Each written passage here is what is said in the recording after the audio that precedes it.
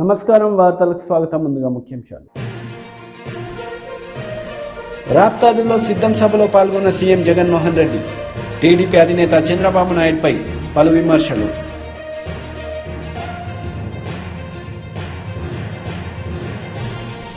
జగన్ సర్కార్ అరాచకంపై నారా లోకేష్ శంకరావం. విశాఖ దక్షిణ నియోజకవర్గంలో సభ.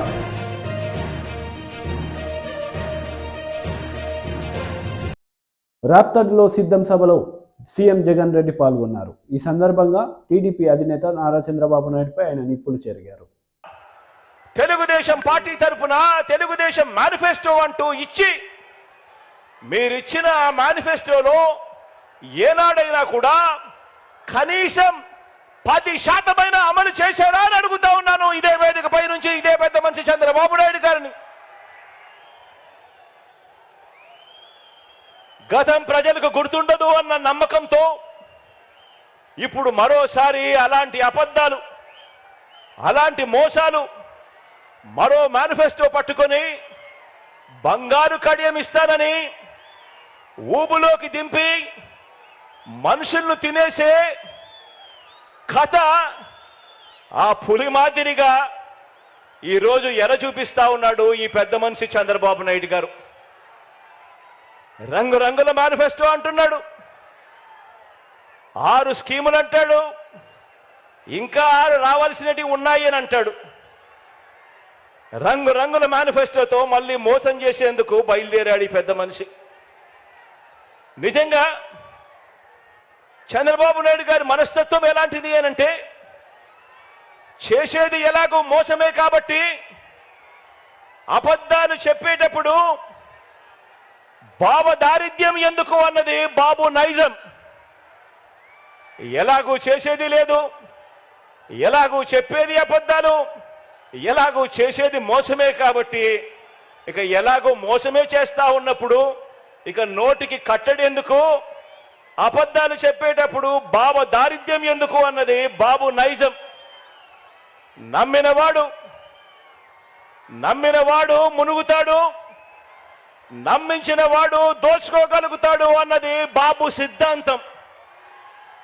ఆలోచన చేయమని అడుగుతా ఉన్నాను. చంద్రబాబు నాయుడు గారు 3 సార్లు ముఖ్యమంత్రి అయ్యాడు. 3 సార్లు తాను మేనిఫెస్టోను ప్రవేశపెట్టాడు. ఎన్నికలకు ముందు ప్రజలకు ఫలానిది చేస్తాను అని చెప్పి రంగురంగుల కాగితాలతో ఆశ పెట్టాడు. పెట్టిన తర్వాత ప్రతి సందర్భంలోనూ కూడా తాను చేసింది మోసం. ఆ దగ కళ్ళ ఎదుటే కనిపిస్తా ఉంది. కాబట్టే చంద్రబాబు వాగ్దానాలన్నీ మోసాలేనని, ఏనాడు అమలు చేయలేదన్న నిజాన్ని ఇంటింటికి వెళ్ళి కూడా, ఇక్కడున్న ప్రతి కార్యకర్త ఇంటింటికి వెళ్ళి కూడా చెప్పాలి. చంద్రబాబు నాయుడు గారిని, ఆయన అబద్ధాల్ని నమ్మకండి అని ప్రతి ఇంటికి వెళ్ళి చెప్పాలి. బాబు వంచల్ని, బాబు మోసాల్ని భరించలేక కదా, చంద్రబాబు నాయుడు గారి మోసాలని, చంద్రబాబు నాయుడు గారి వంచల్ని భరించలేకే కదా 5 ఏళ్ల క్రితం రాష్ట్రంలోని అన్ని సామాజిక వర్గాలు, రాష్ట్రంలోని అన్ని ప్రాంతాల వారు, మొత్తం ప్రజలందరూ కూడా చొక్కా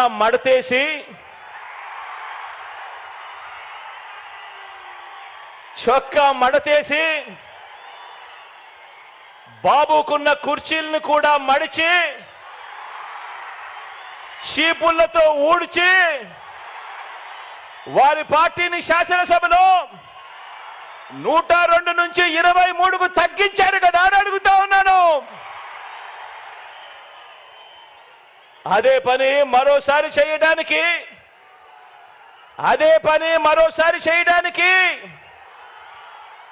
చొక్కాలు మడత వేయడానికి సిద్ధంగా ఉన్నారా?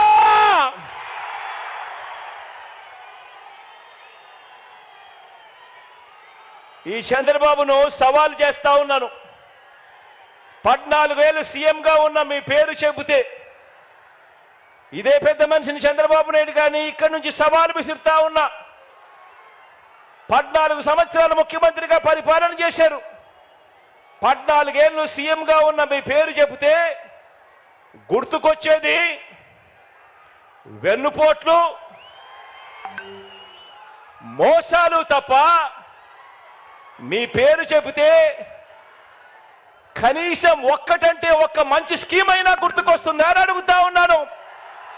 కనీసం మీరు చేసిన ఒక్కటంటే ఒక్క మంచైనా గుర్తుకొస్తుందా అని అడుగుతా ఉన్నాను. రెండు చేతులు పైకెత్తి ఇలా ఇలా ఇలా ఇలా ఇలా ఇలా ఇలా ఇలా ఇలా ఇలా ఇలా ఇలా. మరి ఈ పెద్ద మనిషి చంద్రబాబు నాయుడు గారు చేయలేని, ఈ పెద్ద మనిషి చంద్రబాబు నాయుడు గారు చేయలేని పనులన్నీ దేవుడు దయతో మనం కేవలం ఈ 57 నెలల పాలనలోనే ఎంత చిత్తశుద్ధితో, ఎంతటి మమకారంతో చేశామో ఇవాళ 4 మాటలతో వివరిస్తాను. ఆ పథకాలన్నీ ఇక జగన్ సర్కార్ అరాచకంపై నారా లోకేష్ శంకరావం పూరించారు. విశాఖపట్నం దక్షిణ నియోజకవర్గంలో ఈ సభలో ఆయన మాట్లాడారు. నగర్ నుంచి చెన్నై కేరళ పోర్టులో ప్లేస్ లేదంటే ఒక షిప్ అటు పంపించారు కృష్ణపట్నం పోర్టుకి. ఆ పోర్టు పైన, ఆ షిప్ పైన తీసుకుని దానిపైన ఒక వీడియో చేసి ఏదో పనులు జరుగుతున్నాయని చూపించడానికి ప్రయత్నించారు. కానీ అక్కడున్న కార్మికులు బయటకు వచ్చి పోరాడారు కనుక ఆ వాస్తవాలన్నీ బయటపడే పరిస్థితి. ఇదే పరిస్థితి రేపు మన గంగవరం పోర్టు కూడా రాబోతుంది. అందుకే ప్రజలందరూ అప్రమత్తంగా ఉండాలా. తెలుగుదేశం జనసేన పార్టీని గెలిపిస్తేనే మళ్ళీ మనకి ఉద్యోగాలు వస్తాయి ఆ పోర్టులోని ఈ సభాముఖం మీకు తెలుపుతున్నాం. ఇంకా ప్రజలందరికీ ఇప్పుడు క్విజ్ పెట్టాలనుకుంటున్నా. సిద్ధంగా ఉన్నారా మీరు? జగన్ రోజు ఏమి తింటాడు? మొదటి ఆప్షన్ తల్లి కిచిడి, రెండో ఆప్షన్ అన్నం, మూడో ఆప్షన్ ఇసుక. రోజు ఏం తింటాడు తల్లి? చేతులెత్తి చూపించండి, వెనకాల వాళ్ళు కూడా చూపించాలా. ఇసుక తింటాడు. ఈ రోజు ఒక ఇసుక పైన రోజుకి 3 కోట్ల రూపాయలు సంపాదిస్తున్నాడు.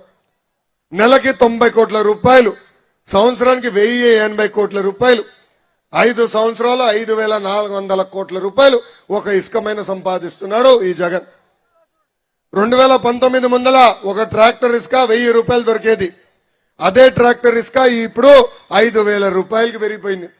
ఎన్నికల ముందల పందికొక్కల్లాగా ఇసుక దోచేస్తున్నాడు అన్నాడే.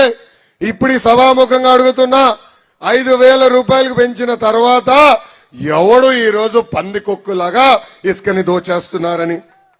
తెలుగుదేశం ప్రభుత్వం, తెలుగుదేశం జనసేన ప్రభుత్వం ఏర్పడిన వెంటనే మళ్ళీ ఇసుక ధరలు తగ్గించే బాధ్యత మేము తీసుకుంటాం. భవన నిర్మాణ కార్మికులకి చేతి నిండా పని అందించే బాధ్యత కూడా మేము తీసుకుంటాం. ఇక్కడున్న కుర్రోళ్ళందరినీ కోరుతున్నా, ఒకసారి ఫోన్ బయటికి తీసి గూగుల్లో 6093 6093 కొట్టండి. ఎవరు వస్తారు? ఖైదీ నంబర్ 6093 ఎవరు? జగన్. అందుకే ఖైదీలు అంటే ఆయన చాలా ప్రేమ ఉన్న వ్యక్తి. ఖైదీలకి ప్రతి నెల 2000 రూపాయలు ఇస్తాడు ఈ ఖైదీ జగన్. కానీ సంక్షేమ హాస్టల్స్ చదువుతున్న పిల్లలకి గత 4 సంవత్సరాలు 10 నెలలుగా మెస్ ఛార్జీలు పెంచలేదు, కాస్మెటిక్ ఛార్జీలు పెంచట్లేదు. పాపం ఈ రోజు ఆ పిల్లలు అనేక ఇబ్బందులు ఎదుర్కొంటున్నారు. ఖైదీలకి ఇచ్చే 2000 రూపాయల్లో కనీసం 50% పాపం ఈ సంక్షేమ హాస్టల్స్ లో చదువుతున్న పిల్లలకి డబ్బులు ఇవ్వట్లేదు ఈ ప్రభుత్వం. ఈ రోజు సంక్షేమ హాస్టల్లో పిల్లలు అనేక ఇబ్బందులు ఎదుర్కొంటున్నారు. మౌలిక సదుపాయాలు లేదు, పడుకునే దానికి సరైన బెడ్ కూడా లేని పరిస్థితి ఈ రోజు మనందరం చూస్తున్నాం. అందుకే బడుగు బలహీన వర్గాలకి నేను హామీ ఇస్తున్నా, మేము బాధ్యత తీసుకుంటాం. తప్పనిసరిగా కాస్మెటిక్ ఛార్జీలు, మెస్ ఛార్జీలు అంటే వాళ్ళకి ఇచ్చే డబ్బులు, విద్యార్థులకి ఇచ్చే డబ్బులు పెంచే బాధ్యత మేము తీసుకుంటామని ఈ సభాముఖంగా నేను హామీ ఇస్తున్నాను.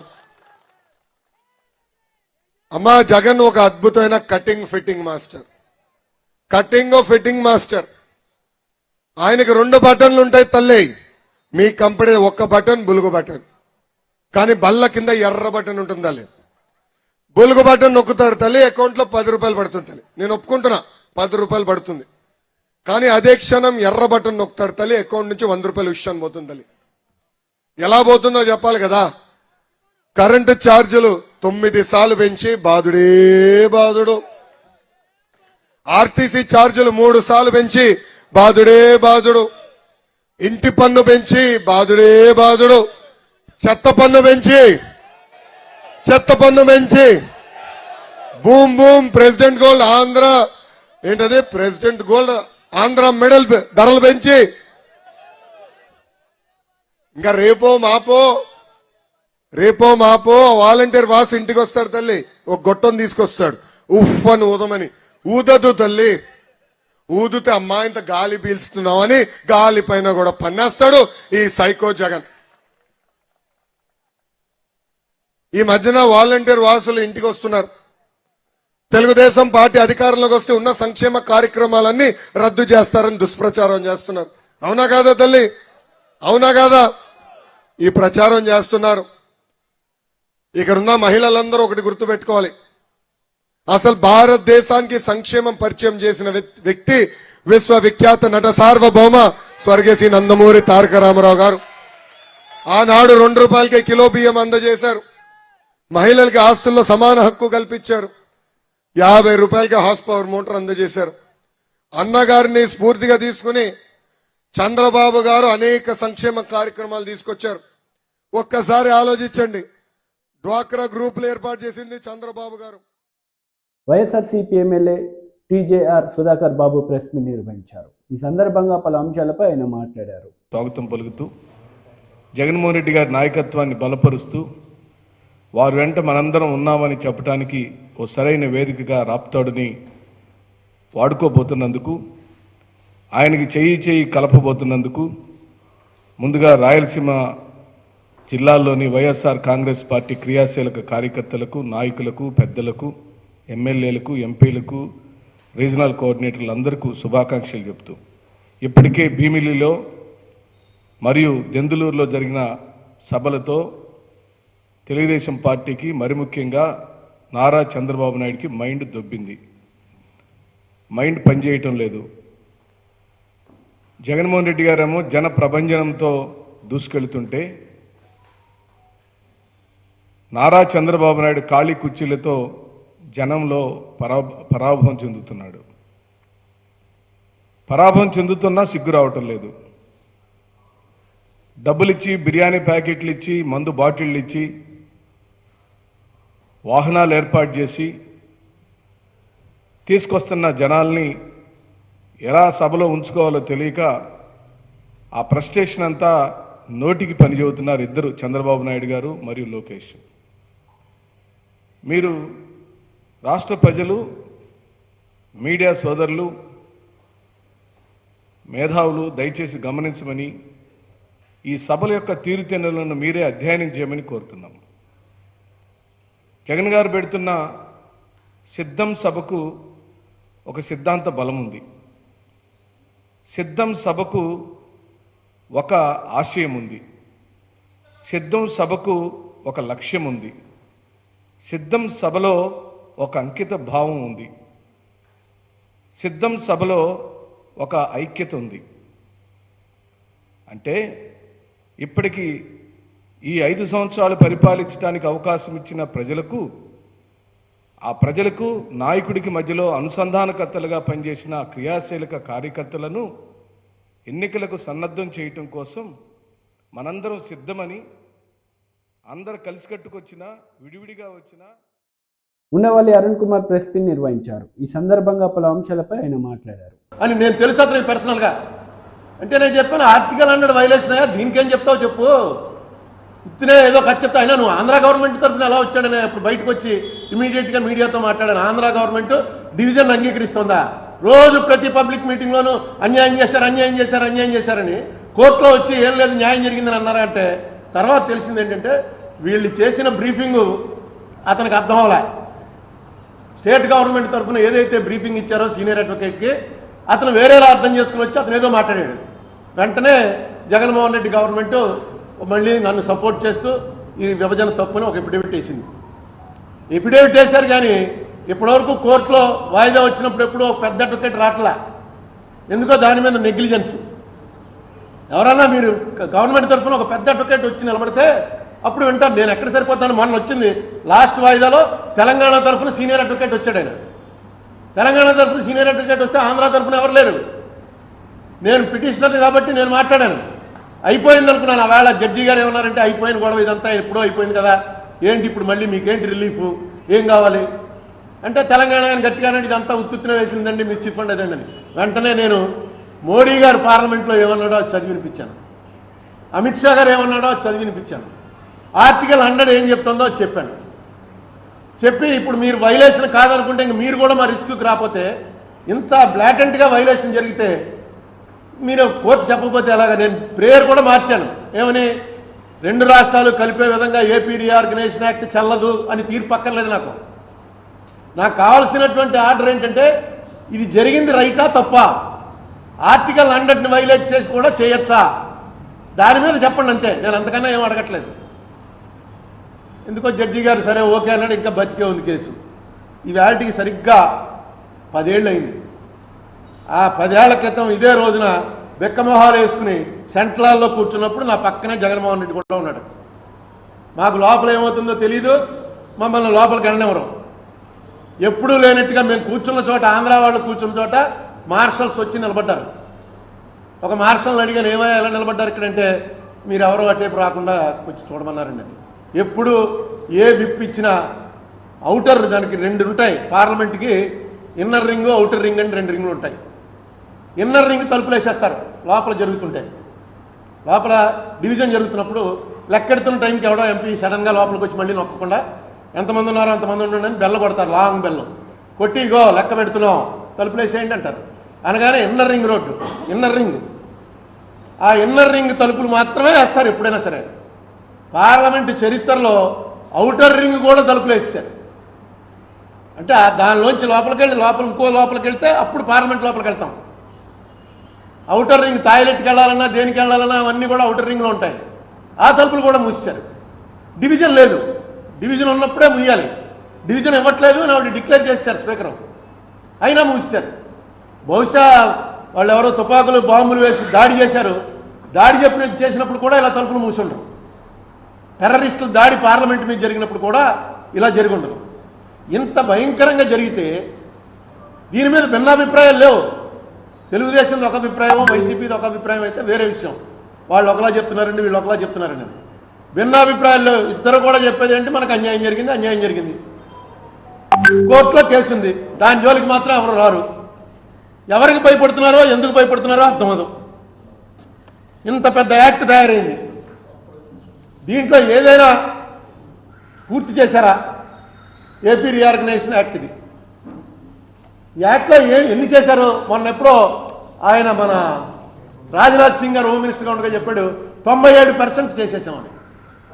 మరి ఎక్కడ 97% అంటే పోలవరం అవ్వలేదు. యాక్ట్లో YSRCP MP Nandigama Suresh press meet నిర్వహించారు. ఈ సందర్భంగా టీడీపీ నేతలపై ఆయన మండిపడ్డారు. చంద్రబాబు నాయుడు నీకు 70 ఉన్నాయో 75 ఉన్నాయో నాకైతే తెలియదు, కానీ ఈ వయసులో చాలా హుందాగా మాట్లాడాలి, చాలా పద్ధతిగా మాట్లాడాలి. ఒక రాష్ట్ర ముఖ్యమంత్రిగా ఉన్న జగన్మోహన్ రెడ్డి గారి పైన నువ్వు మాట్లాడిన తీరు చాలా బాధాకరం అనిపిస్తా ఉంది. నువ్వు ఒకటి గమనించాల్సింది ఏంటంటే, నువ్వు వీరుడు సూర్యుడు అయితే ప్రజలకు చెప్పుకో. నువ్వు వీరుడు సూర్యుడువో ప్రజలు మరి 2014లో 19లో చూశారు కాబట్టి 2019 తర్వాత జగన్మోహన్ రెడ్డి గారికి ఛాన్స్ ఇచ్చారు. వైఎస్ఆర్ కాంగ్రెస్ పార్టీ పని అయిపోయిందని చెప్తా ఉన్నావు, జగన్మోహన్ రెడ్డి గారి పని అయిపోయిందని చెప్తా ఉన్నావు.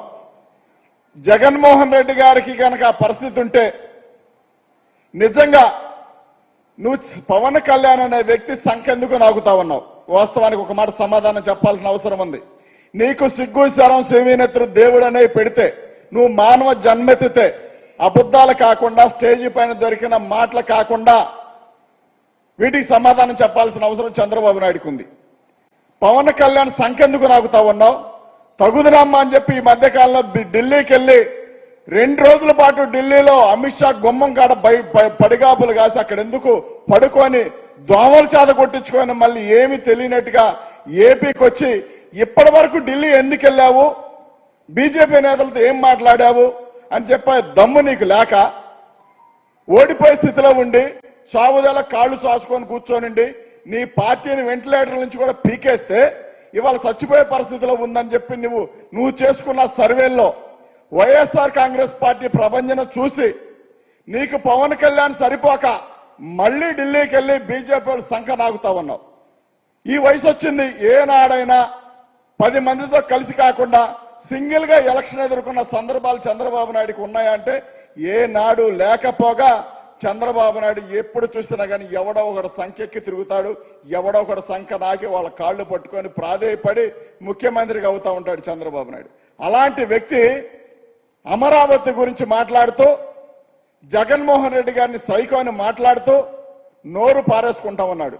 ఒక్క మాట చెప్పు చంద్రబాబు నాయుడు, పచ్చట పొలాలు 3 పంటలు పండే పొలాలు సర్వనాశనం చేసి రైతులను భయభ్రాంతులకు గురి చేసి వాళ్ళ మోసం చేసి తుపాకీలు ఎక్కుపెట్టి వాళ్ళ దగ్గర భూమి సేకరించింది నువ్వా కాదా? నీ మనవడి మీద ప్రమాణం చేసి చెప్పు, లేదా హాఫ్ నాలెడ్జ్ ఉన్న నీ కొడుకు మీద ప్రమాణం చేసి చెప్పు, నేను చేస్తా, నేను సిద్ధం. బలవంతంగా భూసేకరణ చేయలేదు అని చెప్పి నువ్వు చెప్పగలవా? నేను చెప్తా. లేదు నార్కో టెస్టులు చంద్రబాబు నాయుడు అనే వ్యక్తి సిద్ధమా? నేను ఒక బ్లడ్కి పుట్టా, నేనైతే చంద్రబాబు నాయుడు కూడా ఒకే ఒక బ్లడ్కి పుట్టుంటే దీని మీద చర్చకు సిద్ధం అవ్వాలా.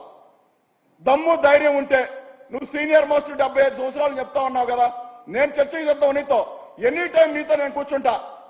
నువ్వు అంతలా వీరుడు అయితే సూర్యుడు అయితే నాతో చర్చ కూర్చో. రాజధాని విషయంలో నువ్వేం చేసావో నేను చెప్తా. రాజధాని విషయంలో జగన్మోహన్ రెడ్డి గారిని నువ్వు మాట్లాడుతున్న తీరేంటే, నీ వయసు అంతా నువ్వు హైదరాబాద్ డెవలప్ చేశానని చెప్తా ఉన్నావు. హైదరాబాద్ లో నువ్వు ఉన్నప్పుడు మరి ఆంధ్రప్రదేశ్ లో కూడా డెవలప్ చేయాలని ఎందుకు ఆలోచించలేదు? ఆంధ్రప్రదేశ్ ఎందుకు వదిలేశావు? హైదరాబాద్ నువ్వు అంత డెవలప్ చేసిన మగాడు అయితే నువ్వు అక్కడ ఎలక్షన్ లో పోటీ చేయకుండా విరమించుకొని ఎందుకు పారిపోయి ఇక్కడికి వచ్చావు? మా మేరుగు నాగార్జున గారి గురించి మాట్లాడుతూ వేమూరి చెత్తనంట సంతనోదలు పడి పంపించారని చెప్తా ఉన్నాడు. వాస్తవం చెప్పు, చెత్త ఎవరైనా ఉండారంటే ఈ రాష్ట్రానికి నువ్వు, పవన్ కళ్యాణ్, పురంధరేశ్వరి గారు, ఏబిఎన్ రాధాకృష్ణ, TV5 వాళ్ళు, వీళ్ళందరూ చెత్త కాబట్టేగా ఆయన హైదరాబాద్ లో చెల్లక ఏపీకి వచ్చి పెత్తనం చేయాలని చూస్తా ఉన్నారు.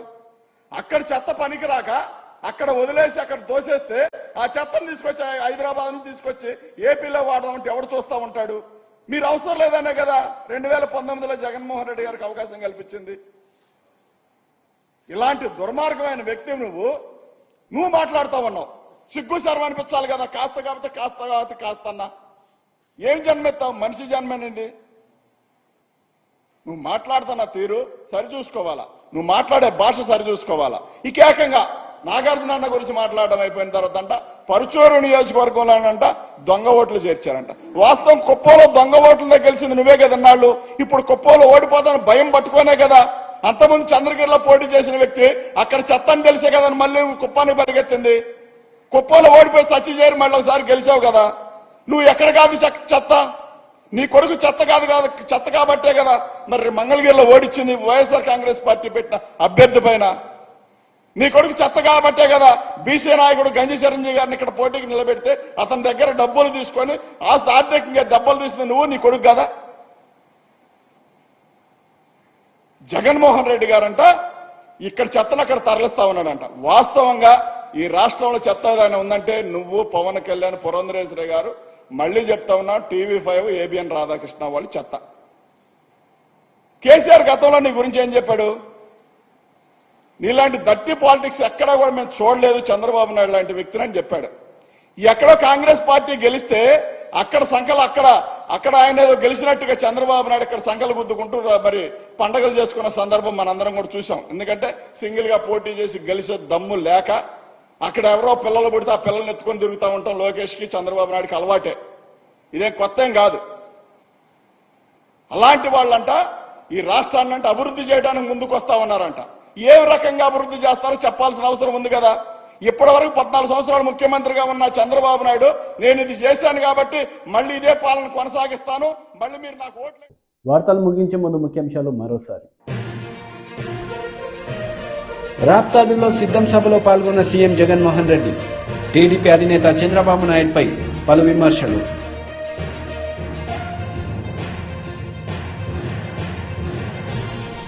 జగన్ సర్కార్ అరాచకంపై నారా లోకేష్ శంకరావం. విశాఖ దక్షిణ నియోజకవర్గంలో సభ.